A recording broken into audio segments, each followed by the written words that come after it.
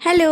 তো এই দেখো মাদার্স ডে স্পেশাল আমি মেয়েকে একটু সারপ্রাইজ দিতে চেয়েছিলাম। ও তো ছোটো মানুষ, ও কি বোঝে বলো।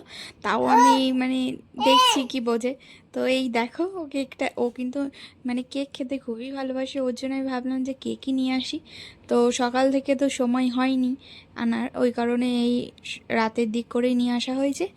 আর এই দেখো ও তো কেক দেখে খুবই খুশি হয়ে গেছে। দেখো ফার্স্টে আমি ভাবলাম ওকে রাতের খাবারটা খাইনি, তারপরে কেকটা খাবো। তো মেয়ে তো কিছুতেই খাচ্ছে না, তো খেতে খেতে হাফ খেয়েছে আর হাফ এখনও রয়েছে। আর এদিকে আমি ও কেকটা অল্প অল্প করে দিচ্ছি যদি হাফ খেয়ে নেয়। এই দেখো কেকটা, দু রকম কেক এনেছি।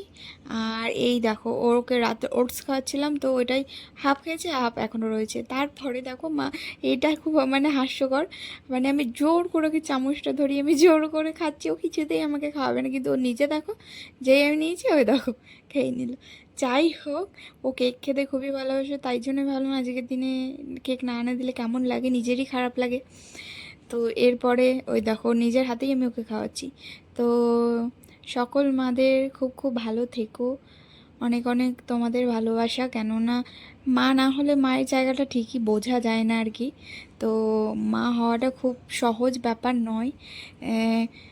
ঘুম বলো, নিজের দিকে খেয়াল বলো, কিছুই না রেখে সন্তান কিভাবে ভালো থাকে, ওটাই মায়েরা চায় আর কি। তো চলো টাটা, আবার দেখা হচ্ছে নেক্সট ভিডিওতে।